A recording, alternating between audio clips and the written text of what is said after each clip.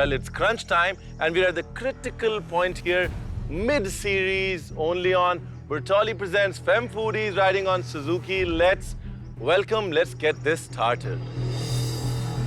Today, an entire team, either Ipsita and Tarana or Nishtha and Akanksha, will leave Fem Foodies. Ladies, we are at the drop zone. Let's see who gets burnt. So after the Packers and Marinas had their football match, your football match started. Let's see how you fared on the football field.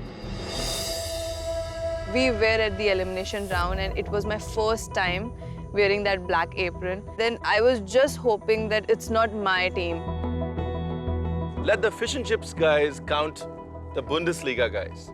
Let's do that. Akanksha, you want to come up and count their score?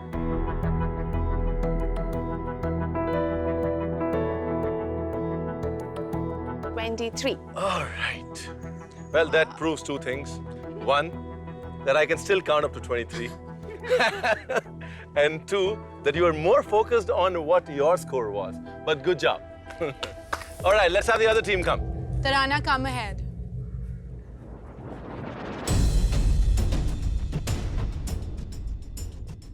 "22." 22! All right, so this football match has been won by the Bundesliga sandwich. And we got to know that we have one less than their team. It was kind of disappointing. So Tarana and Ipsita, you won this football match. But this is not the final result. There's another match that you have to win. What we call the gourmet. The main judgment was coming from the judges. So I had some hope there. Akanksha, Nishtha, great idea. Could have been executed better. Could have been made to jump out more. Use something that's contrasted.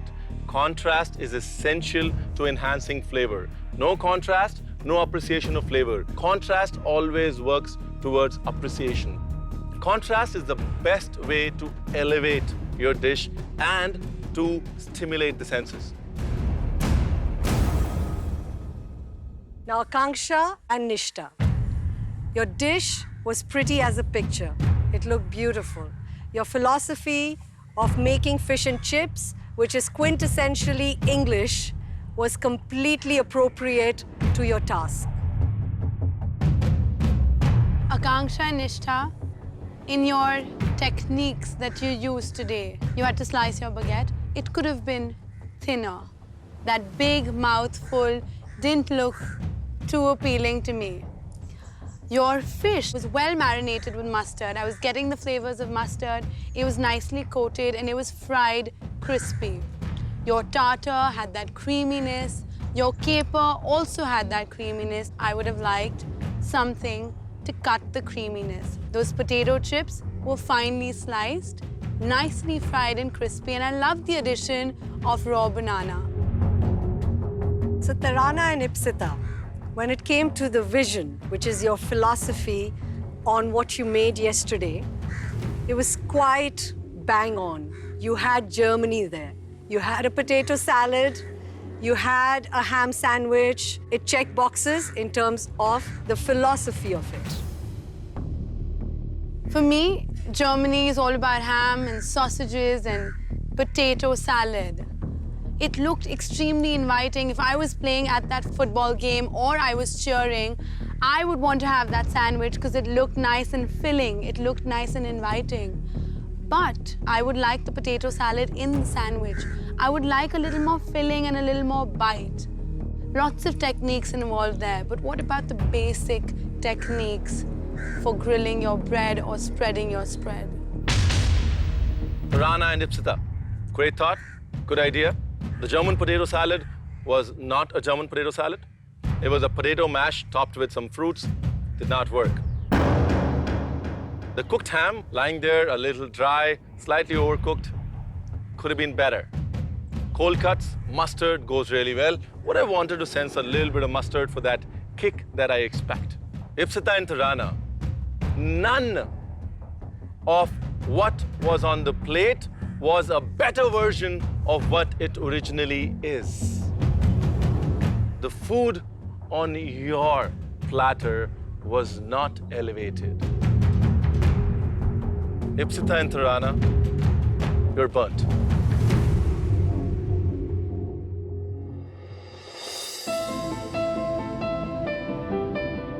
Akansha and Nishtha, you could go join the others. You're coasting and you're safe.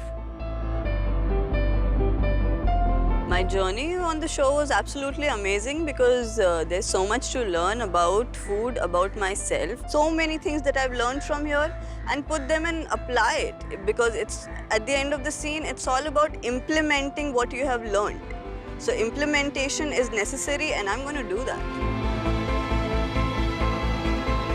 I have accomplished what I came here to accomplish, which was learning food portions. I'm gonna go back and experiment and try all these things that I've made and learned on the shows, which I'm really excited about. What got me a little shaky was gourmet food or fine dining is something I've never been exposed to. So that got my creative juices flowing, which did show on some of the plates, but I guess it wasn't good enough to compete with the others who have made it to the top 6. So I wish them luck. And ab to hum chalte hain. So this marks the end of 3 weeks on Bertolli Presents Femme Foodies riding on Suzuki Let's. Only 6 contestants remain. 4 dreams have already come to a screeching halt. It will only get tougher for everybody on the journey ahead. We have seen some wonderful innovations, some great plating that has really left us astounded. Week 3 was unique. It made us revisit our own rules and parameters. It made us set new standards for all the contestants. And when it comes to food, the standards never go down. We foodies are going to be back because there is a lot of great food and great competitive spirit coming your way. Only on Bertolli Presents Femme Foodies, riding on Suzuki Let's. For now, take care, stay healthy, eat healthy, and yeah, keep munching.